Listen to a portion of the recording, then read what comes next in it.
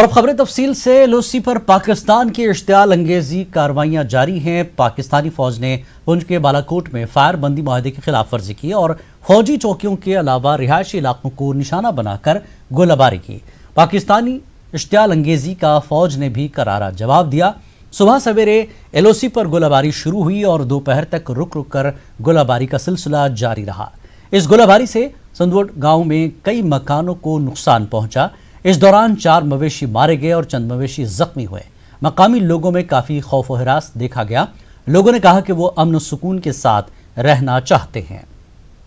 پوری دنیا کے اندر خوف کا ماحول بنا ہوا ہے، ہر روز ڈیتھ ہوتی ہے کرونا وائرس کی وجہ سے، اور وہیں جو ہے وہ شیلنگ کی وجہ سے ہمارے لوگ جو ہیں بالکل ڈرے ہوئے ہیں، بخلاہٹ ہے یہاں لوگوں کے اندر، اور لگاتار جو ہے یہ شیلنگ ہو رہی ہے اور لوگوں کی جانیں بھی جا رہی ہیں اور ساتھ میں لوگوں کا نقصان بھی ہو رہا ہے۔ اور لداخ میں سرحد پر چین کی اشتعال انگیزی کے تناظر میں وزیراعظم نریندر مودی نے آج ایک اعلیٰ سطح کی میٹنگ کی صدارت کی۔ میٹنگ میں قومی سلامتی مشیر Ajit Doval, chief of defence staff general Bipin Rawat, تینوں افواج کے سربراہان موجود تھے۔ وزیراعظم نے اس معاملے پر خارجہ سیکرٹری سے بھی علیحدہ میٹنگ کی۔ اس سے پہلے وزیر دفاع راجناتھ سنگھ نے بھی CDS اور تینوں فوج کے سربراہوں سے ملاقات کرتے ہوئے حالات کا جائزہ لیا۔ واضح ہے کہ مئی کے پہلے ہفتے میں یہ تنازع شروع ہوا اور اس کے بعد سے دونوں ملکوں کے بیچ 6 مرحلے کی بات چیت بے نتیجہ رہی۔ میڈیا رپورٹس کے مطابق چینی فوج لداخ کے چند ایک مقامات پر داخل ہو گئی ہے، تاہم اس کی باضابطہ طور پر تصدیق نہیں ہو سکی ہے۔ وہیں لداخ کی سرحد پر بڑے پیمانے پر ہندوستانی فوج کو تعینات کیا گیا ہے۔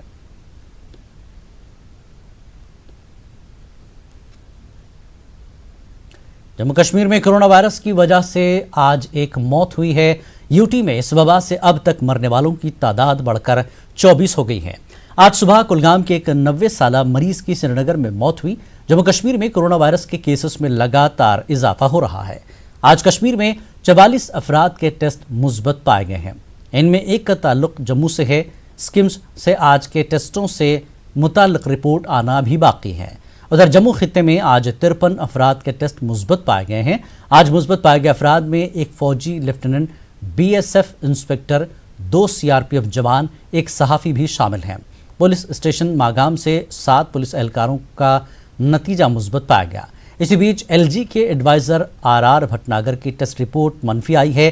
انہیں گیسٹ ہاؤس میں کوارنٹین کیا گیا ہے۔ اس بیچ سری نگر ایئرپورٹ سے اسکمز بھیجے گئے 333 نمونوں میں سے 325 منفی آئے ہیں۔ مزید 8 کی جانچ ہو رہی ہے۔ ماضامہ ماگام سے تعلق رکھنے والے ایک طالب علم کا ٹیسٹ منفی آنے، کوارنٹین کی مدت مکمل کرنے اور اپنے گھر بھیجنے کے بعد اب کورونا مثبت دکھایا گیا ہے۔ ماضامہ سے تعلق رکھنے والے اس طالب علم نے بتایا کہ 9 مئی کو وہ پنجاب سے سری نگر پہنچا، انہیں کوارنٹین کیا گیا جہاں ان کے نمونے حاصل کیے گئے مگر رپورٹ نہیں دی گئی، نہ ہی انہیں کوارنٹین مکمل کرنے کی سرٹیفکیٹ فراہم کی گئی۔ 19 مئی کو پھر سے ان کا نمونہ لیا گیا۔ اسی روز انہیں بڈگام بھیجا گیا، یہاں انہیں خانپورہ کوارنٹین سینٹر میں رکھا گیا۔ طالب علم کے مطابق خانپورہ میں 21 مئی کو ان کا ایک اور نمونہ لیا گیا، اس کی رپورٹ منفی آئی۔ اسی روز سرکاری گاڑی میں انہیں ان کے گھر روانہ کیا گیا۔ 2 دنوں کے بعد ہی انہیں فون پر مثبت ہونے کی اطلاع دی گئی۔ طالب علم اور اس کے گھر والوں کا کہنا ہے کہ اگر اس کا ٹیسٹ مثبت تھا تو انہوں نے کیوں گھر جانے دیا۔ انہوں نے ملوث ملازمین کے خلاف کارروائی کا مطالبہ کیا۔